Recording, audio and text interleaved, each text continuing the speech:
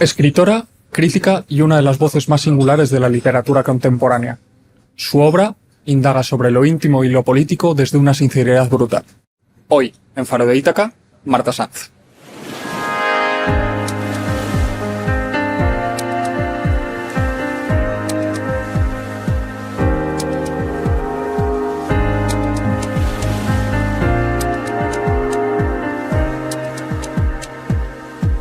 Bueno, Marta, escritora, crítica, una de las personas que a nivel de literatura quizás yo más como escritor amateur podría admirar. Muchísimas gracias por haber venido y por estar aquí con nosotros en Faro de Ítaca. Muchas gracias, Álvaro, a ti por haberme invitado, porque para mí fue estupendo y además una persona que me entró, que se puso en contacto conmigo con ese entusiasmo. No te creas que yo estoy muy acostumbrada, ¿eh? O sea que ¿No? me encantó. Pues yo me imaginaba como que... A mí me encantó. Como que sí. Además, fue muy curioso porque yo hacía un año yo no conocía lo que tú hacías y luego vi que tenías muchísima carrera y... monopolizando un poco lo que es el inicio del episodio, que normalmente lo suelo centrar en el invitado y no tanto en mi propia experiencia personal, pero creo que me apetecía mucho contar de la anécdota. A mí, uno de tus libros, Los íntimos, me llegó a través de un coleccionista de la galería, que ya sabía que yo escribía. Y me dijo, oye, mira, te voy a recomendar este libro porque es de una escritora y habla mucho sobre la experiencia de ser escritor en el día a día, tal, y te lo voy a traer. Y a mí eso siempre me ha parecido horroroso, porque cuando una persona te hace una recomendación y te fuerza a leerte algo, hago ejercicio de resistencia por no leérmelo. O sea, soy como un rebelde sin causa, ¿no? De decir, pues ahora ya no me lo leo. Y me lo trajo efectivamente y estuvo pululando de mi mesa, a mi mesilla de noche, a mi escritorio, a la mesa del comedor, como de un sitio a otro sin que yo me lo leyese. Y al final, bueno, pasó lo que era evidente, ¿no? Que el coleccionista se molestó conmigo. Entonces me dijo, oye Álvaro, si no te lo quieres leer, devuélvemelo. Porque encima era suyo el libro.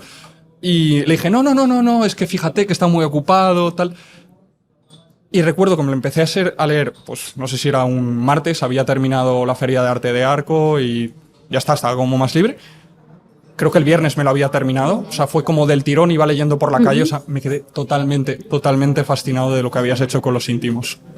Bueno, yo te tengo que decir que seguramente en el rato que el libro estuvo deambulando entre tu mesilla, tu mesa, ahí abandonado y perdido, seguramente yo estaría escuchando un pitido en mi oído izquierdo porque había algo así en el universo que no funcionaba. Algún cretino moviendo el libro, claro, mal movido. Efectivamente. Y luego ahora ya, pues ayer tuve así un pitido en mi oído derecho que me dijo que ven a Faro de Ítaca. Que todo iba bien.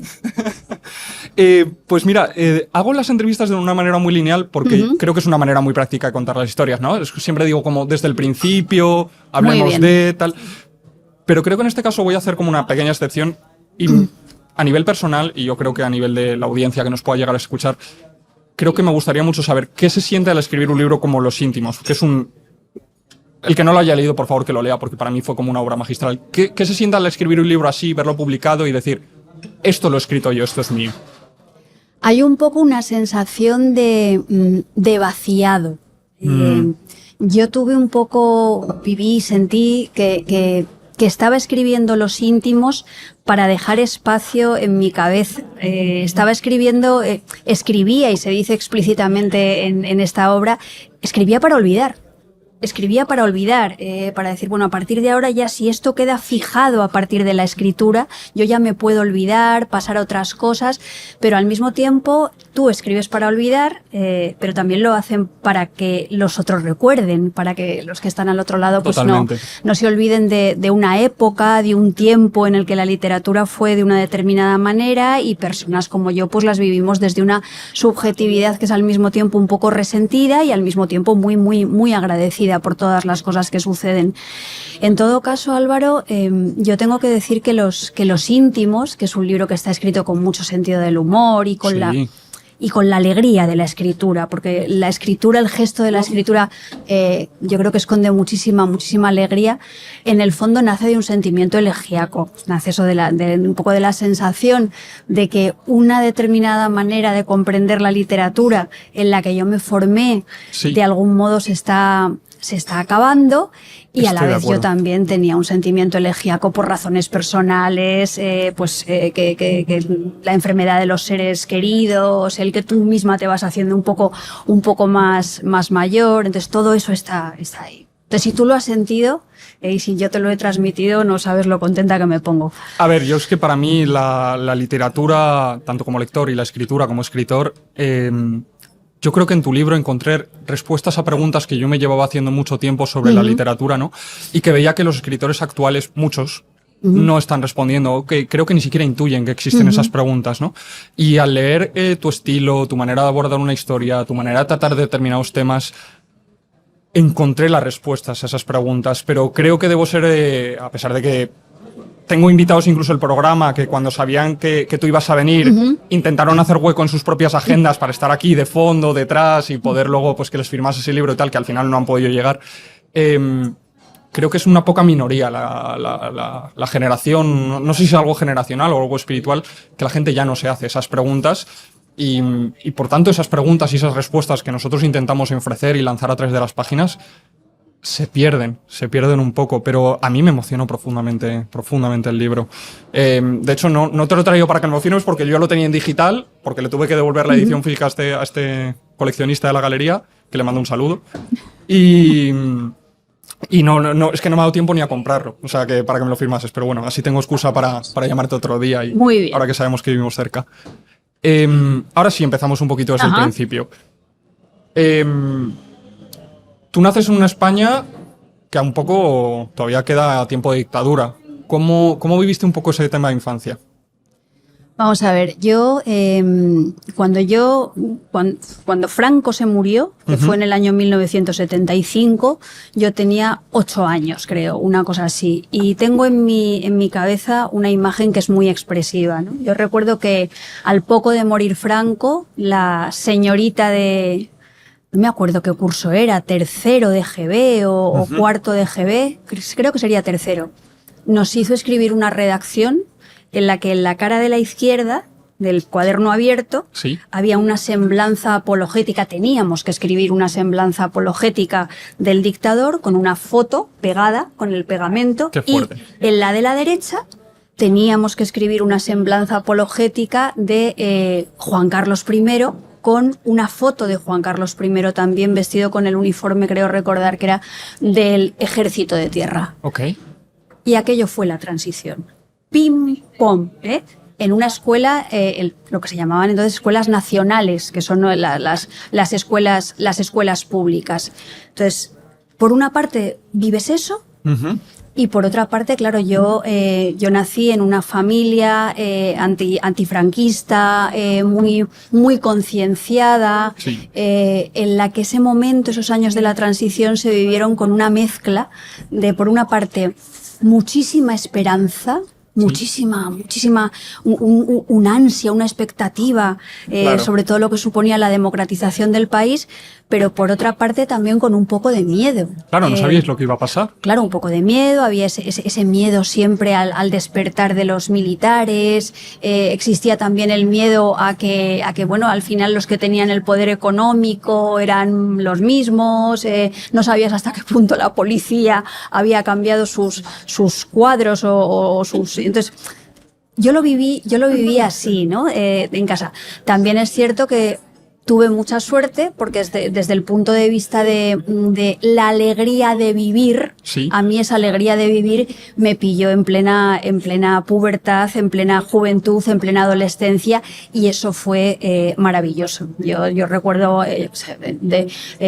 ir al instituto, que yo vivía aquí en el barrio de Chamberí, bueno, aquí no, allí, porque aquí estamos en Latina.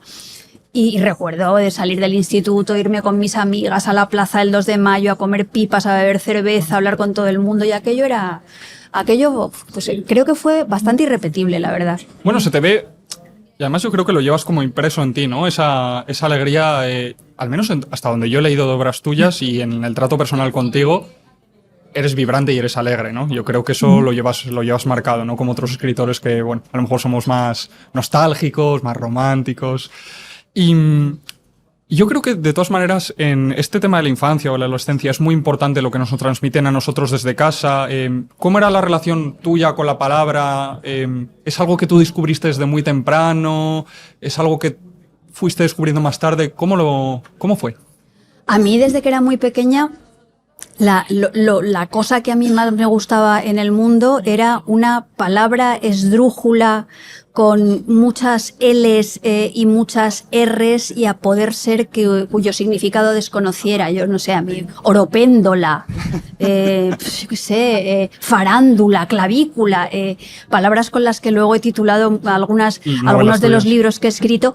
Me encantaban. O sea, a mí, yo jugaba con las palabras. Para mí las palabras eran un juego, eran un conjuro, eran una manera de relacionarte con el mundo, de poder abrir los ojos hacia la realidad, ¿no? Entonces yo empecé a escribir poemas desde que era muy pequeña, y yo recuerdo en el colegio jugar con otras niñas con total naturalidad a escribir historias y hacer listas con nombres que te sonaban bien, y a escribir historias en las que la caligrafía de los personajes de algún modo estaba dibujando al personaje, una chica muy guapa con una caligrafía así llena de rabos y de puntos y de no sé qué. Entonces esa era mi relación con la palabra. Y es decir, yo creo que desde que era muy pequeña he tenido fascinación de la palabra como forma de comunicarte con los demás, sin duda ninguna, pero también como forma de aprender y de descubrir lo que no sabes, y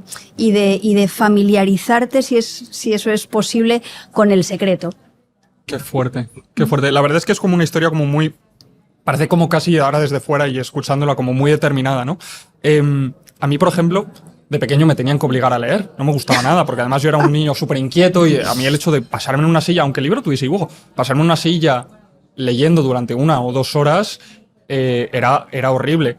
Y no fue hasta que yo fui bastante mayor, entre comillas, porque yo ya leía con 3 años o algo así, con 4 o 5 años, que ya como que me leí mi primer libro. Básicamente era porque mi hermano me picaba, él era muy lector, ¿no? Y tenía 2 años más que yo, y a mí me parecía como casi pobre de mi parte que yo no pudiera hacer lo mismo que él. Y me puse a escribir un relato para un concurso del colegio, y acabé finalista. Me sacaron la revista del colegio, fue como algo rarísimo, ¿no? Pero que de repente ahora lo miro hacia atrás y digo, joder, si a mí siempre me gustó escribir, y aunque me tuviesen que obligar, luego yo lo tomé con muchísimo impulso. ¿Tú recuerdas como un momento parecido en el que tú dijeses, ahora empieza a escribir? Como de ese tipo. Mira, yo lo primero que te tengo que decir es que entiendo perfectamente eso de que no leyeras, porque yo me acuerdo muy bien de mi padre cuando yo era pequeña, que me decía, Marta, que es que no lees nada, que es que tienes que, porque yo era también mucho de jugar, de saltar, de escribir, de dibujar, de pintar, de bailar, de todo lo que fuera, ¡fua!, hacia afuera, ¿no? Y muy corporal, y todo muy físico, nadaba, bueno, era tremenda, ¿no? Pero mi padre estaba preocupado porque me decía, hija mía, yo a tu edad ya me había leído las obras completas de Julio Dante, Verne y de Emilio Salgari, de tal y cual. Y entonces yo una vez recuerdo que a mi padre le dije, papá, yo no leo, yo escribo. Lo cual ahora me parece una aberración, porque ahora cuando la gente te dice, es que quiero escribir, y le preguntas, bueno, ¿y qué estás leyendo y tal? Claro, total. No, es que no, pues dices, hombre, es que no puede ser. Y hay escritores a los que les nota que no han leído nada. Pues puede ser, ¿no? Y en serio, hay que leer, sobre todo porque además, no porque haya que leer, sino porque leer es absolutamente maravilloso, y porque es una experiencia enriquecedora, y porque hace daño, y porque produce placer, y por muchísimas más razones, ¿no? Totalmente. Pero vamos, que entiendo ese primer momento en el que lo que te puede es como la fuerza del cuerpo y las ganas de hacer en lugar de recibir. Respecto a lo de escribir, yo recuerdo eso, estar escribiendo desde siempre, desde toda la vida, pero por ejemplo yo tengo un libro que se titula La lección de anatomía, donde hay un capítulo titulado No quise ser, en el que enumero todas las profesiones, todos los oficios que a mí no me han interesado a lo largo de mi vida, que son prácticamente todos, excepto 3, muy vinculados a la infancia. Yo de pequeña quise ser sucesivamente hada, cajera de supermercado, ladrona de bancos, y quise escribir, pero el ser escritora es algo que no decides tú, es algo que al final Estoy de acuerdo. deciden las personas que te leen. Es algo que al final decide la comunidad que te da un espacio para que tú puedas merecer ese nombre de alguna manera.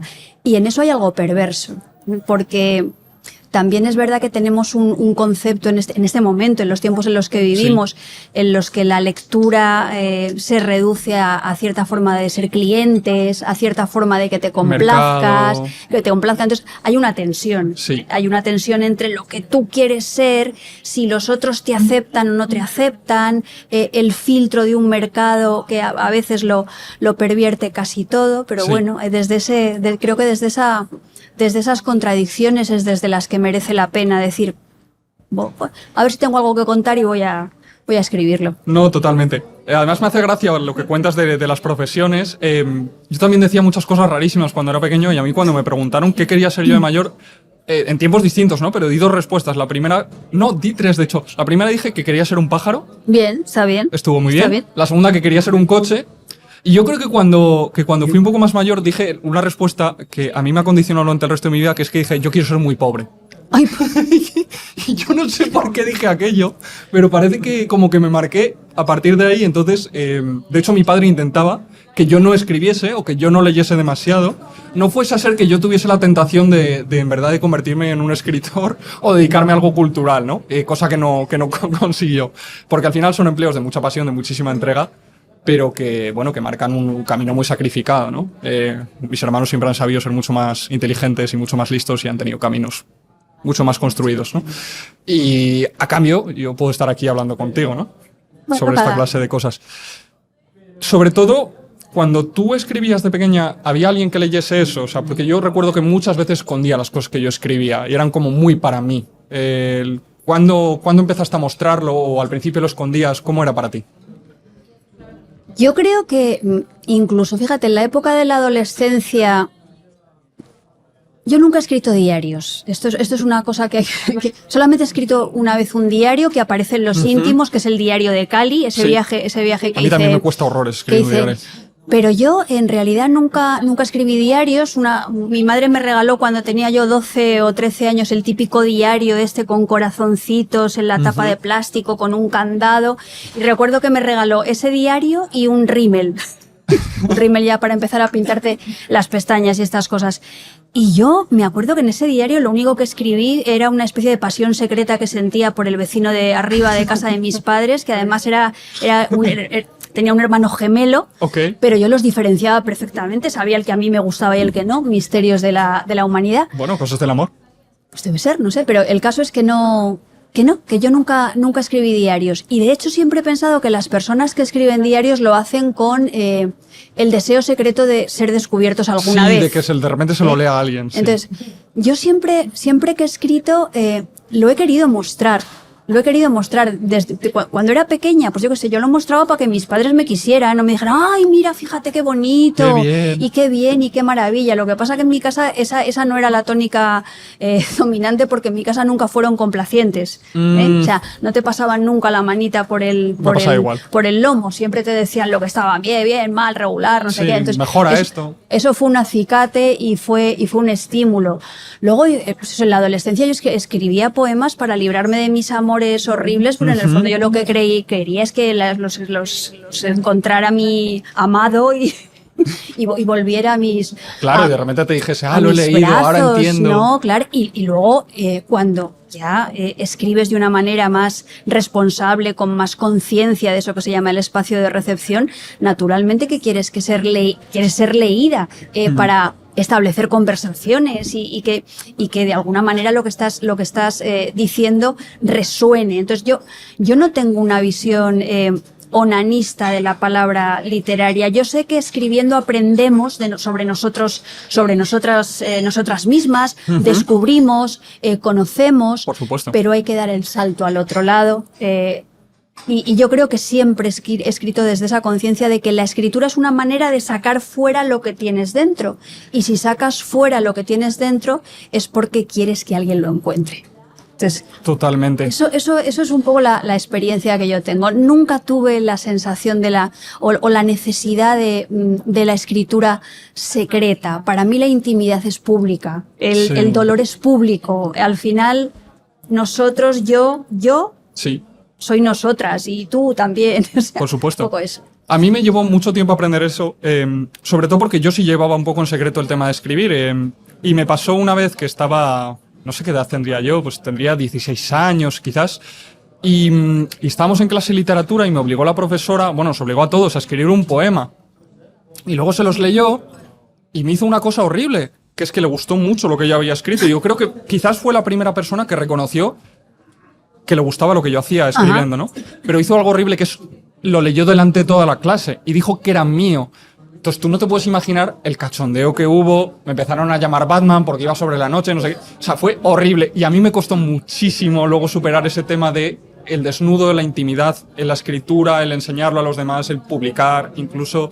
Y a mí me tenía totalmente traumatizado aquel momento, ¿no? Que hoy en día recuerdo como con cariño, en plan de qué bonito ese momento de reconocimiento y qué malísima idea poner a un grupo de adolescentes y a leer un poema que va sobre la noche y decir de quién es. O sea, malísima idea. Muy, muy mala idea. Tú estás ahí traumatizado, Álvaro. Estoy Tienes un totalmente trauma, no traumatizado. sé, hay que superarlo de alguna manera, hay que salir. Yo en ese sentido no he tenido ninguna experiencia traumática como la que tú sufriste. A ver, sobre todo lo que hizo es que a mí me hizo sentir muy distinto de los demás. Yo Ya. no sé si tú, al margen de enseñarlo o no Ya. enseñarlo, te sentías diferente por esta pulsión de la escritura, por esta profundidad que se alcanza cuando escribes en los pensamientos. ¿Cómo lo veías tú? Eso es muy complicado. Es una pregunta es complicada. una pregunta muy complicada de responder, pero fíjate, yo creo que cuando escribo de mí misma, Ujú. cuando escribo de mi cuerpo y de mi yo y de mi ombligo y de lo que me duele y de las licantropías y las transformaciones a las que estamos sometidos todos los seres humanos, yo en realidad estoy hablando de lo común. Y como Totalmente. siento que estoy hablando de lo común y como siento que estoy hablando de lo universal, de algún modo pierdo el pudor, porque también pienso que cuando tú escribes un texto autobiográfico, por lo menos en mi caso, lo que estoy haciendo un poco bueno es la idea aquella de que lo personal es político.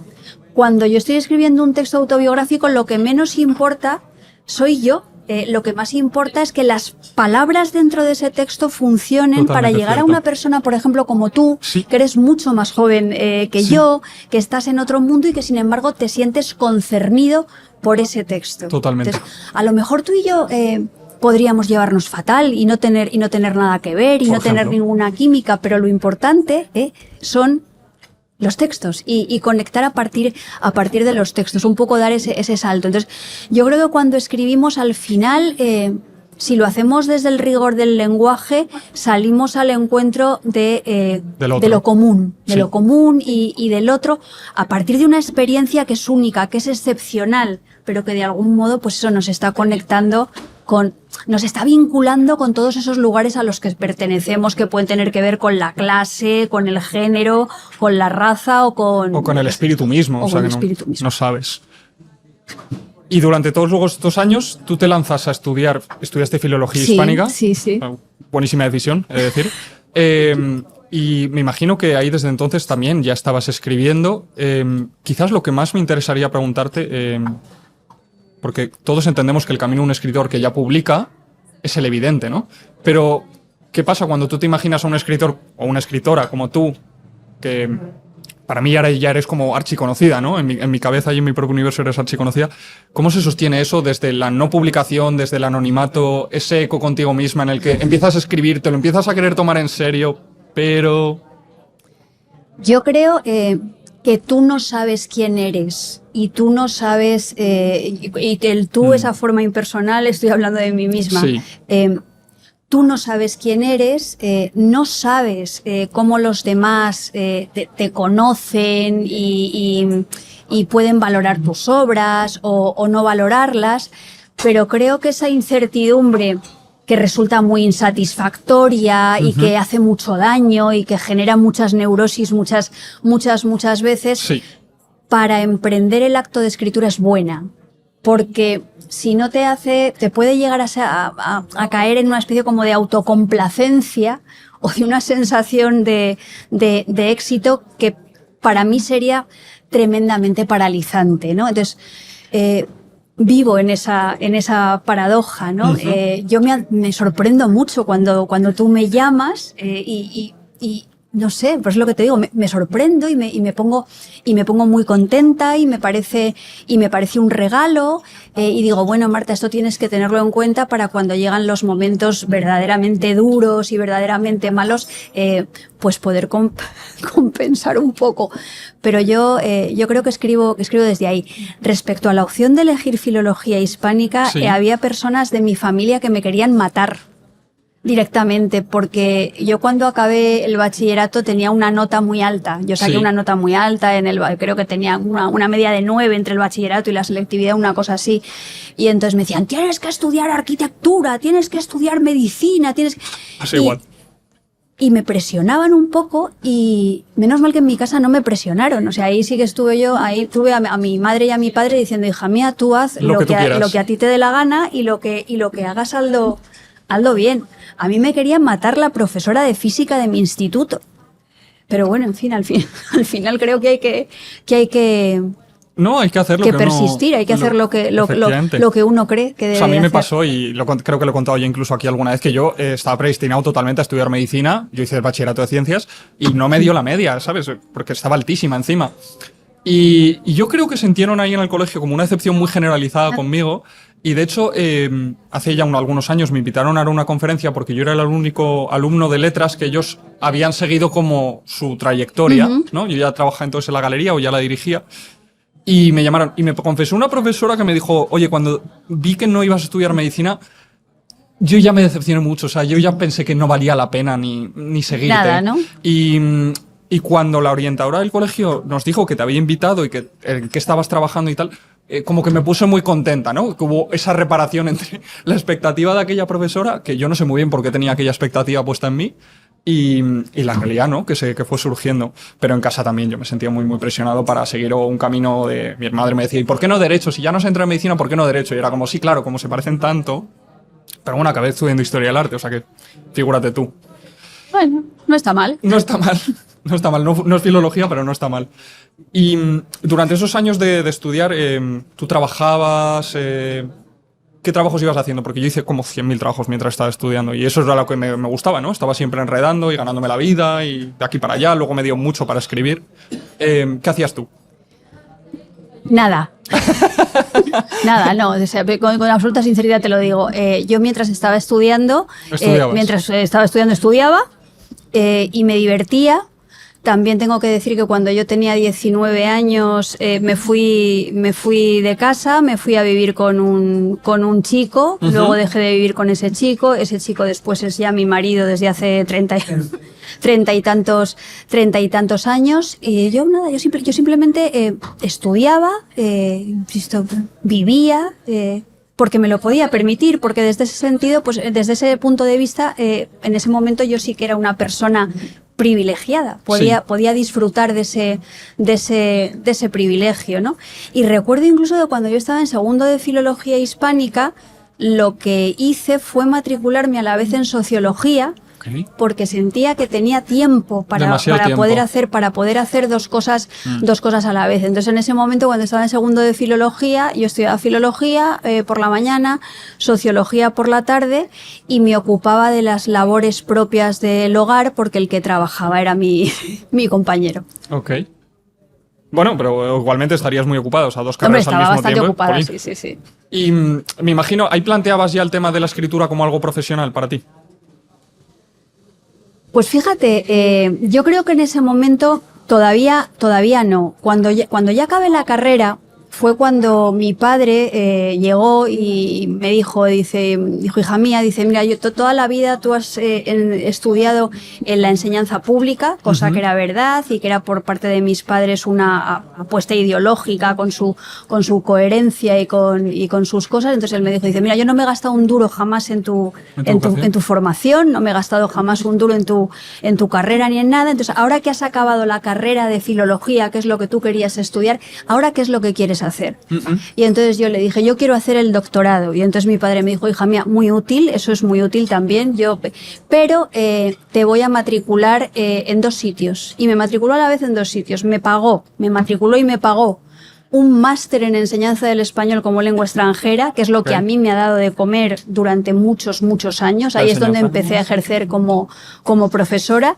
Y me pagó también el primer curso en la Escuela de Letras de Madrid. Entonces, ahí mi padre lo que hizo fue un poco, ¿cómo decir?, limar la desventaja que yo podía tener por origen social, no del mundo de la cultura. En los íntimos cuento que mi abuelo era un mecánico melómano. Mi familia es de clase media, clase obrera, campo, clase trabajadora urbana de Madrid. Mi padre ya fue el hijo del obrero que pudo ir a la universidad y se convirtió en un profesional liberal.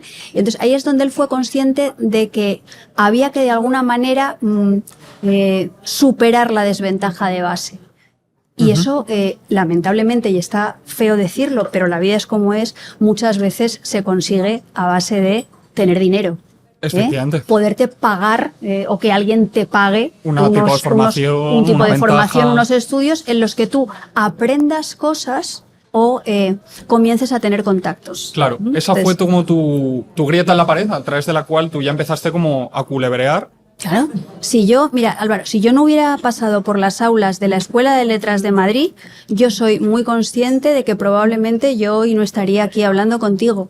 Y yo podría tener la misma relación precoz con la palabra y ser una escritora razonablemente buena, o un animal frustrado que pululara por los lugares, o sería profesora, lo que fuera, ¿no? Pero el paso por la Escuela de Letras fue determinante, no solamente porque mis prejuicios sobre la literatura cambiaron, sino también porque me di cuenta de que el campo cultural está absolutamente relacionado con el campo económico. Lo que está fuera está dentro, el estilo está absolutamente relacionado con las condiciones de vida de la gente, con la precariedad, con los vínculos que puedes llegar a establecer dentro del campo cultural. Entonces yo allí conocí a Constantino Bértolo, que fue mi primer editor y fue mi profesor. Tuve clases con Rosa Montero, con Juan José Millas, y eso no lo tiene todo el mundo. No, totalmente. Eso no lo tiene todo el mundo. Te da acceso a unas cosas a las que de otra manera no llegas. Claro, ¿no? Efectivamente. A mí me pasa, por ejemplo, yo cuando llegó el momento de tener que hacer prácticas, mi familia no estaba nada relacionada con el mundo cultural, ¿no? Si hubiese querido estudiar mundo de empresa o mundo de derecho, sí, habría podido hacerlas, ¿no? Y recuerdo que a mí me costó muchísimo ir abriéndome camino hasta que encontré una mentora que me abrió una grieta y yo desde ahí empecé ya a tirar, muy apoyado por ella, ¿no?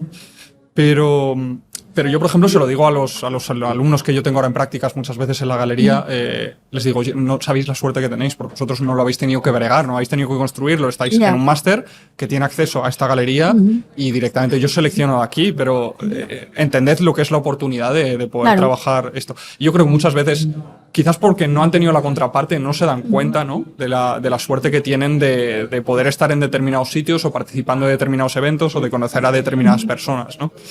Y al final, bueno, es un poco así. Un poco así. Y dices que conociste ya a tu primer editor. Sí. Y tú ya, me imagino que llevarías ahí tiempo escribiendo, en secreto, no tan en secreto, haciendo, exhibiendo. Bueno, yo escribía de toda la vida, desde que era pequeña, y mi editor era mi profesor. Era mi profesor en la escuela de letras. Entonces, el tercer año de esta escuela de letras consistía en hacer un proyecto.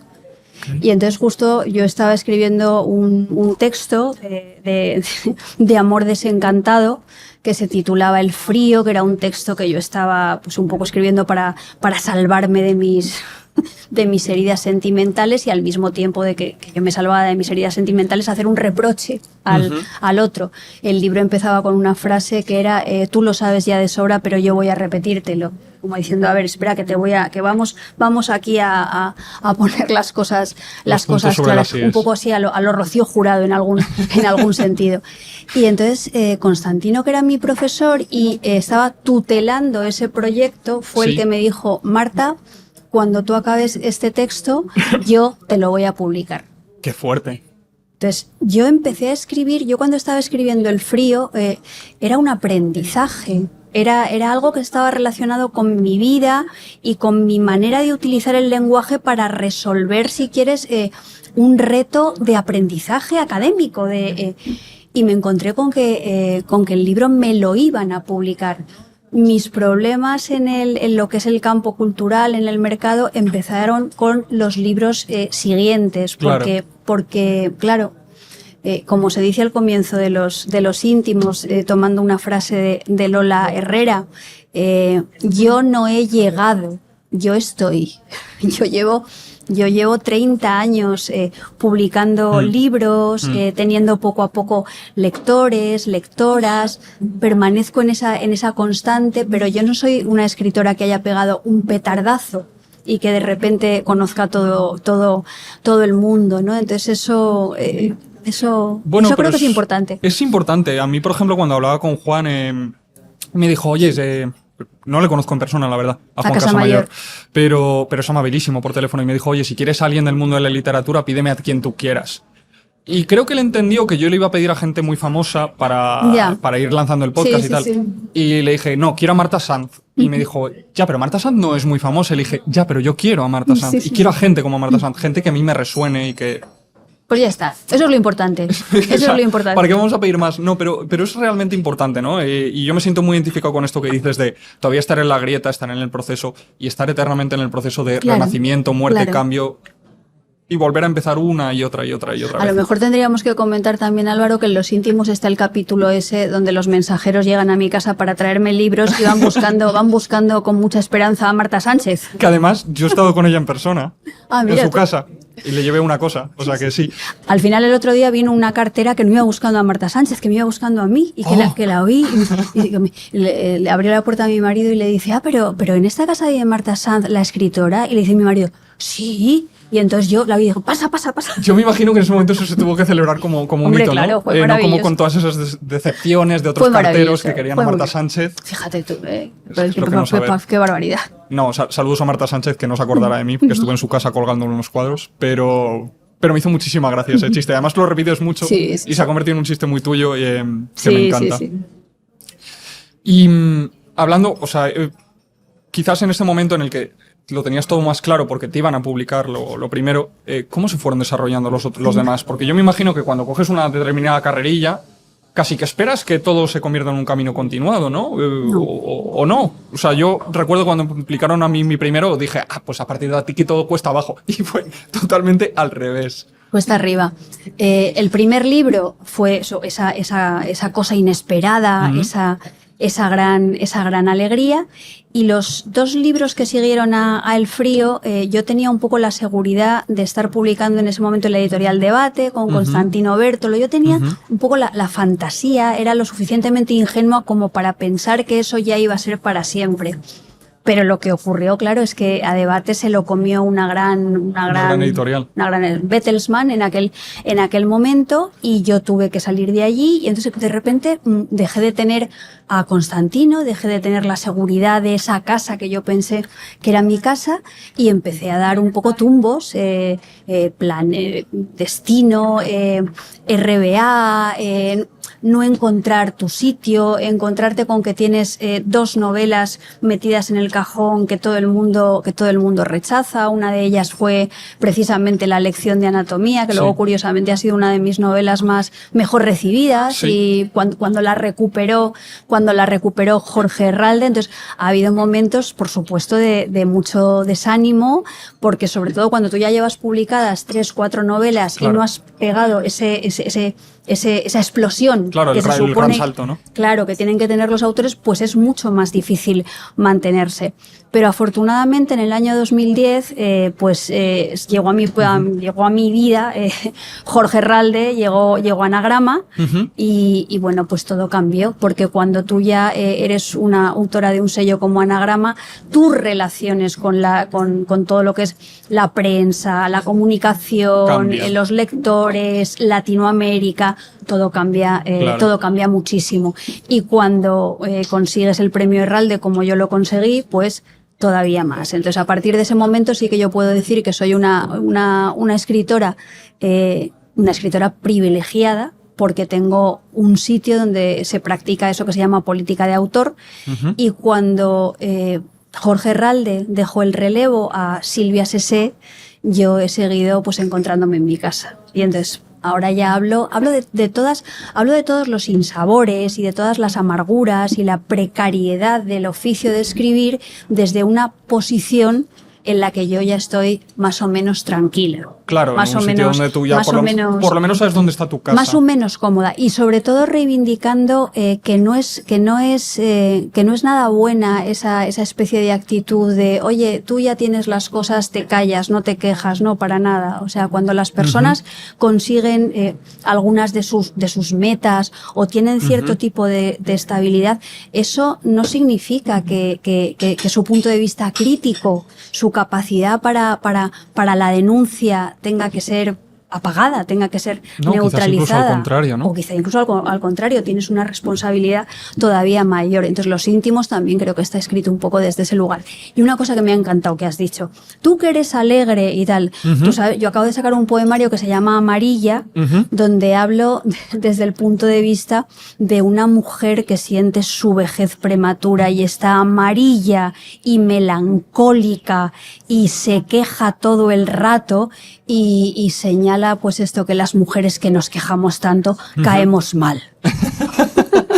Bueno, la gente que se queja en general cae mal. A mí me lo dicen mucho, me dicen, te quejas mucho. Y yo siempre respondo lo mismo, además, porque tengo muchísimo morro. Digo, es que quejarse es un hobby muy barato y da mucho gusto. Da mucho gusto, y sobre todo quejarse en este momento, en la época de la alegría obligatoria, del buen rollo obligatorio y de las mochilas de felicidad, que lo que están haciendo un poco es responsabilizar a los individuos de los fallos del sistema. A mí me parece incluso inmoral. No, totalmente. O sea, parece como que no hay una naturalidad hoy en día para mantener un sentimiento que no sea absolutamente positivo o ante la cámara, ¿no? Eso es, claro. O hacer una crítica abierta que ni siquiera sea personal, sino decir, oye, a mí esto no me parece bien, o este trabajo no me parece que esté bien hecho, sobre tal escritor, tal artista, lo que sea. Yo me encuentro con que siempre tengo que andar con muchísimos pies de plomo, ¿no? Porque parece como que todo es muy personal y todo es como muy dañino. Claro.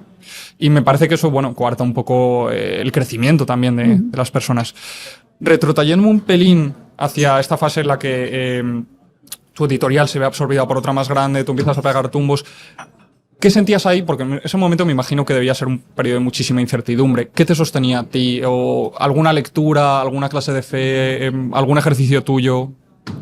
A mí me han sostenido siempre mis vínculos amorosos y familiares. A mí sí, lo que se cuenta también un poco en Los íntimos de la red de afectos, ¿no? Igual que los lectores y las lectoras terminan formando parte de tu intimidad y se meten en tu manera de escribir y de ver el mundo y en tus libros, pues a mí en mi vida cotidiana literaria el trato con otras personas que estaban pasando por situaciones parecidas a la mía, o que a los que les iba mejor o a los que les iba peor, personas con las que conversar desde un espacio que no era el de la envidia, ni la agresividad, ni la competitividad, sino el compañerismo, fue fundamental. Y luego el cuidado de las personas de tu casa. Para mí el cuidado de mi marido y el cuidado de mis padres, incluso en una época en la que yo hubiera debido cuidar de ellos y eran ellos quienes estaban cuidando de mí, para mí es lo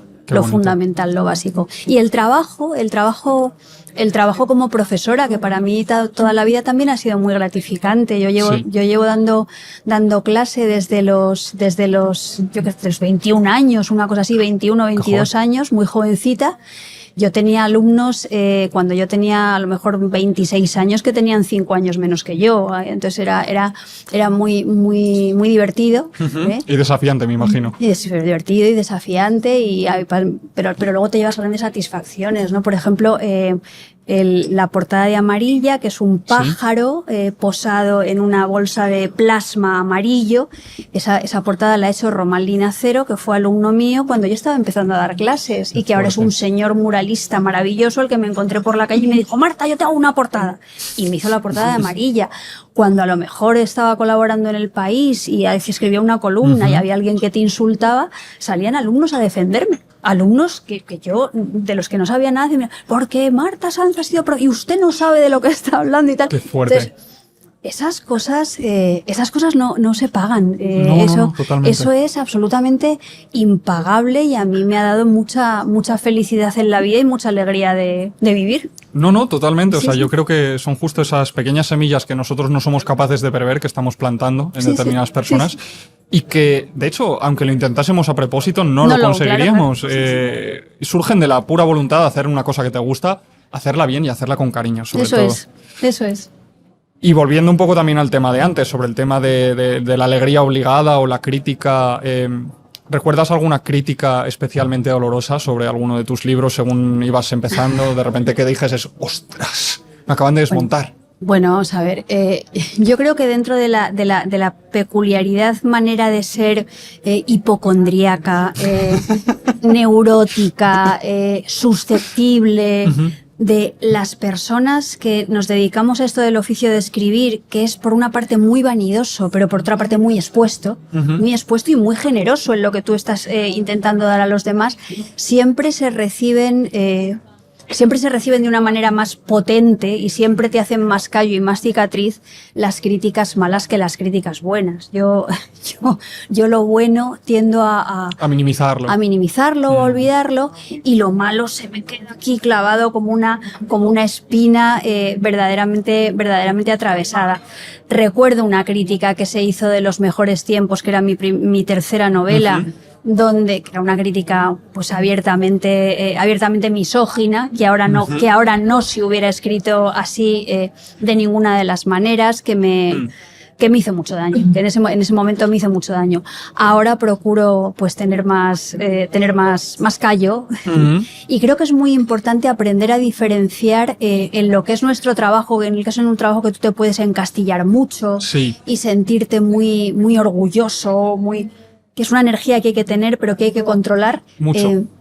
Hay que ser lo suficientemente humildes como para captar las voces que te están llegando sobre tu trabajo, para saber incorporarlas bien, pero diferenciando la envidia manifiesta de la palabra constructiva, porque hay las dos cosas. Hay mucho resentimiento chungo. Sí. Estoy de Bueno, acuerdo, igual que también como escritor hay que saber mantener dos aspectos fundamentales, que uno es el ego del que tú hablas, Claro. y yo siempre hablo mucho en la escritura desde la voluntad de la humildad y de la servidumbre, Claro. ¿no? ¿Servidumbre a qué? Llámalo como tú quieras, pero es algo superior a ti mismo y a eso sirves, y por eso se conjunta y confronta con tu ego y te permite ser humilde a la vez que creas. Pues ahí estamos, que en requiere- buscar ese punto de equilibrio. Eso es. Justo el punto medio entre los dos pedales, ¿no? Que al final te impulsan. Y con críticas como esta, tumos literarios, bueno, no literarios, sino de editoriales, hubo un momento en el que tú dijeses, oye, mira, esto no... Yo veo que esto no va a salir y esto tampoco vale mucho la pena. Quizás le voy a dar un tiempo. ¿Tuviste un momento así, tipo de momento de crisis? Tuve un momento en el que tenía en el cajón dos novelas, que eran por una parte Amor Fu y por otra parte La lección de anatomía. Este momento coincidió justo cuando yo había quedado finalista del Premio Nadal en el año 2006, y yo pensé que ya a partir de ahí los perros se iban a atar con longanizas, entonces me encontré con todo lo contrario. No me podía bañar en piscinas de riñón, no podía vivir de mi trabajo literario, y había dejado otra vez muy ingenuamente mi trabajo en la universidad, por lo cual lo había dejado. Y en ese momento yo recuerdo tener una comida con mis padres y con mi marido, en la que dije, mira, yo ya lo dejo todo y me voy a dedicar a pintar acuarelas. Y entonces, sí, lo que fuera, algo así. Vale. Y entonces cuando mi padre llegó y con muy buen criterio me dijo, hija mía, tú pintas muy mal. No hagas esto porque esto es un... Y bueno, pues seguí con mis clases, pero no me olvidé, y seguí insistiendo dentro de lo que es esto del mundo literario, y al final pues las cosas terminaron saliendo bien. Yo creo que es que de todas maneras esta serie de milagros que nos suceden, como le digo yo a los artistas de la galería, que conozco muchísimos en general, que me dicen cada venta es un milagro, ¿no? Y es todo un poco un ejercicio de persistencia en contra de la realidad, entre el delirio y lo realista, ¿no? Pero sí, o sea, hay que tener una fuerza y una fe tremenda para mantenerse, porque 100% el mundo va a tambalearte. O sea, no hay una intencionalidad detrás, ¿no? Simplemente a veces probar la propia voluntad de los sueños propios. Y luego hay una cosa muy triste, Álvaro, o por lo menos a mí me lo parece. Yo me siento muy, muy entristecida y muy incómoda cuando a lo mejor estás en una feria del libro y se acerca alguien que te dice, véndeme tu libro. Y te lo dicen con el criterio de pensar que la literatura tiene que ver con eso, con tu capacidad para vender tu libro, ¿no? Entonces, esa violencia, porque yo eso lo siento como una forma de violencia. Es una pregunta, bueno, una afirmación muy incómoda. Es incómoda, pero esa violencia yo creo que solamente es equiparable a la demagogia que hacemos las personas que escribimos cuando intentamos vender nuestro libro a cualquier precio, con discursos superpuestos sobre la literatura que no nos creemos. Cuando tú le dices a alguien, no, léete mi libro, que es muy divertido. No, sobre si te va a encantar. Seguro que te va a encantar. Uy, está lleno de amor. Ya verás, no, parece... ¿Tú crees muy de amor? Parece así, parece muy sarcástico, pero que va, en el fondo todo es dulzura y... Entonces, esto ocurre. Esto yo lo he visto, esto se ve todos los días, esos son actitudes en las que tú incluso puedes llegar a caer porque estamos dentro de una visión muy, muy empresarial y muy comercial de lo literario, de lo artístico, y eso va a definir el que tú sobrevivas o no sobrevivas, ¿no? Entonces, totalmente, pero ahí creo que todo el mundo se tiene que hacer una pregunta, ¿no? ¿Sí o no? ¿Y a qué precio? Claro, por supuesto. Y esa pregunta nos la hacemos creo que todos. Volviendo un poco también, es que tienes muchas cosas que abarcar, ¿no? El premio Herralde, Farándula, ¿cuándo llega? ¿Cómo vives tú un premio de ese tipo? Pues yo te confieso que yo cuando, primero lo vivo con mucha alegría, lógicamente, el premio Herralde, o sea, es una cosa maravillosa y estupenda.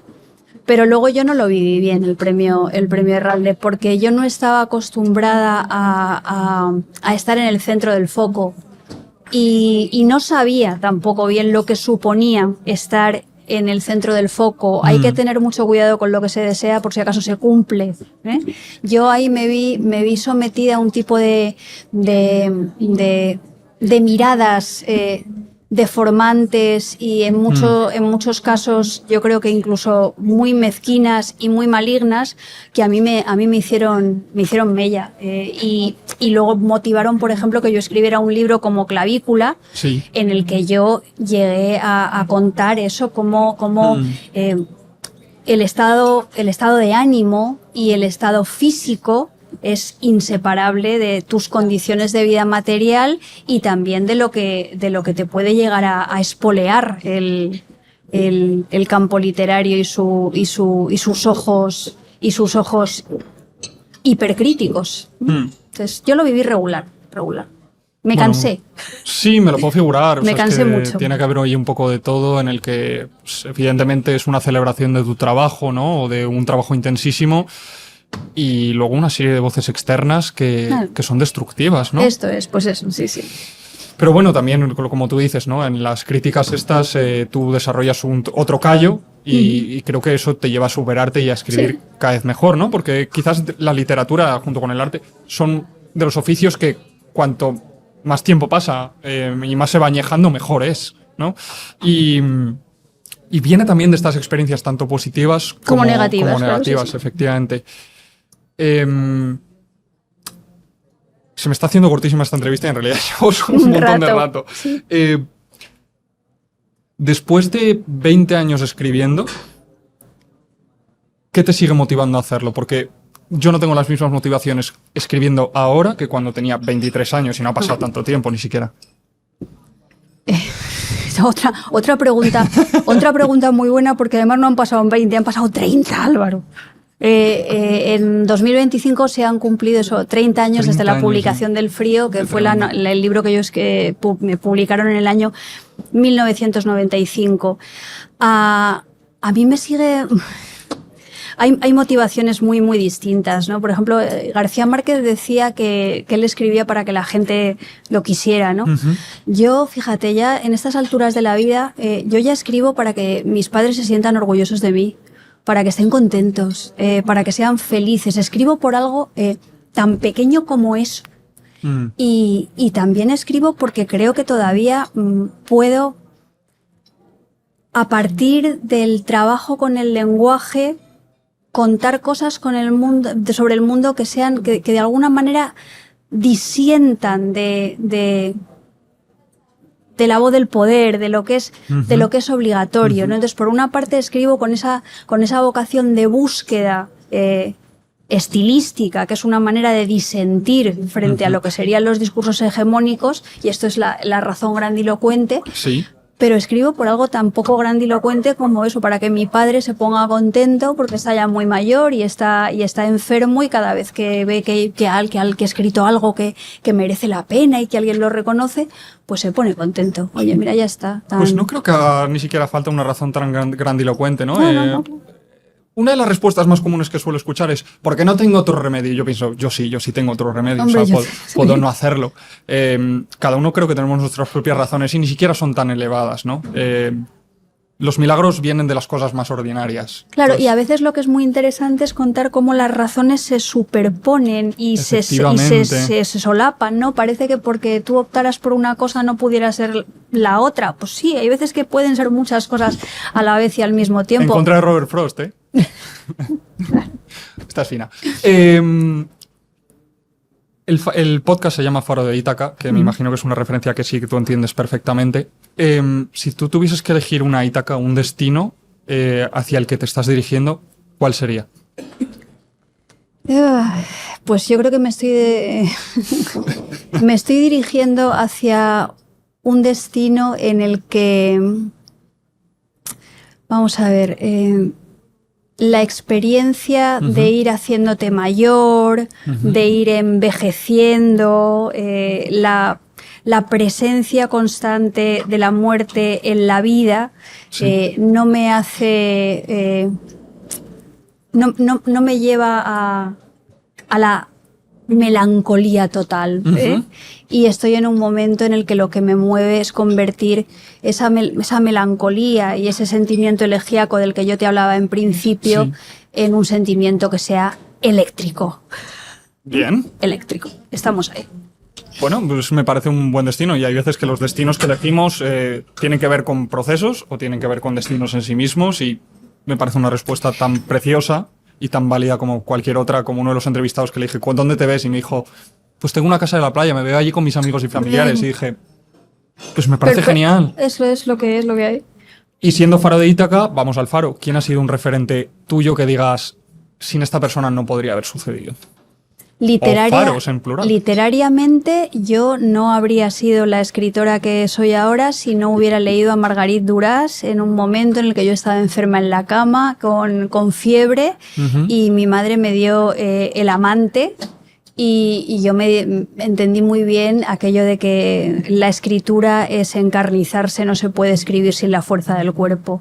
Yo ahí entendí muchísimas cosas. Seguramente si yo no hubiera leído a Marguerite Duras, pues otra vez no estaría aquí hoy sentada hablando contigo. Me ha pasado igual, o sea, yo me he vuelto loco con libros y me han influenciado muchísimo.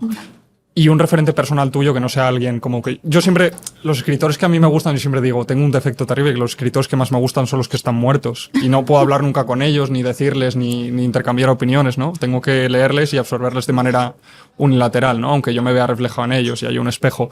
Pero si tú tuvieses que elegir un referente personal con el que tú hayas podido compartir experiencias, vivencias, ¿quién sería ese Faro? Mi padre. Y fíjate, y lo digo en una época en la que matamos mucho a los padres, pero yo tengo un poco la sensación de que yo he aprendido muchas cosas de mi padre, mientras mi padre ha aprendido muchas cosas de mí, y ha cambiado también su visión del mundo y de entender lo que somos las mujeres, los hombres, todas estas cosas. Pero mi padre, para mí, cuando yo era pequeña, era el referente, porque mi padre era el que escribía poemitas en su pequeño cuadernito Moleskine, y mi padre era el que de alguna manera me enseñaba a disfrutar de los acontecimientos culturales con una perspectiva que fuera placentera pero al mismo tiempo crítica. Y mi padre ha sido mi compañero a lo largo de toda esta carrera literaria y mi sostén, quien se ha preocupado por los títulos. Marta, ¿qué título tienes? Esto, tal, esta no, tienes que escribir una novela negra y titularla Black, Black, Black. Entonces, es una maravilla tener un padre que te haya acompañado así. Qué mágico. Qué mágico. Totalmente. Pues Marta, nada más que agradecerte el tiempo que nos has dedicado. Creo que de verdad es la entrevista que más corta se me ha hecho. O sea, he pensado literalmente que llevamos como 20 minutos y me han dicho en plan de, con un cartelito en plan de ya es un montón. Agradecerte muchísimo la experiencia y ojalá en algún otro momento podamos tener otra conversación mucho más extensa, porque se me ha quedado mucho en el tintero. Agradecértelo a ti. Y es verdad que llevamos hablando, deben estar ya de nosotros hasta el mismísimo. Sí, están hasta las mismísimas narices. Quieren que nos vayamos. Muchas gracias. Muchas gracias a ti, Marta. Hasta la próxima. Gracias.